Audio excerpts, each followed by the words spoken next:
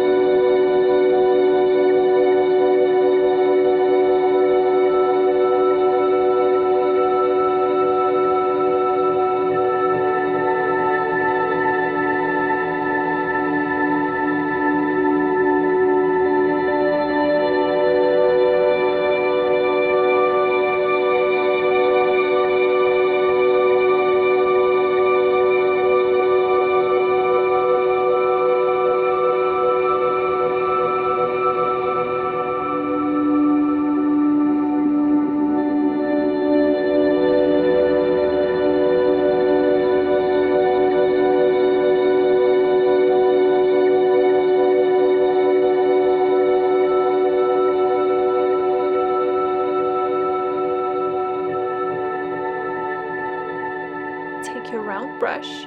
Any size is good. This is just for practice. So dip your brush in paint and water. You don't want too much water, so the paper's dry. I did not pre-wet it. Now, like I said, there's two ways to paint the sky. You can do it wet on wet, which will be more faded. The colors will look more faded, or you can do it wet on dry. This is when you control more paint. I'm gonna try to show you again. And we're just brushing like this. I have to go to the left and up. You have to go very lightly on the surface, because if you press too hard, you will pick up too much paint. So I'm going to go ahead and squeeze a little bit of this Utrecht's permanent white color designer's gouache onto my palette. I'm gonna have to switch the sides so you guys can see how much I use of that. So this one is almost over, so I'm gonna have to go for the next one, but let's see if I can get still some out. So there's my white. There you go. So now I'm gonna have to add a little bit of water. My water is a little blue from paint. I haven't changed it yet. I haven't switched the water yet. So in this case it's okay, because like I said earlier, no white is in the real nature is true white. There's always some shade of some other color in. So as long as this is a sea color, I can mix it with my white. So I'm just gonna add a little bit of water here just to have. Before I start adding white gouache, I need to wait until my green wave is completely dry. So I'm gonna have to walk away from it and come back to this painting. So let's just add a little more of turquoise.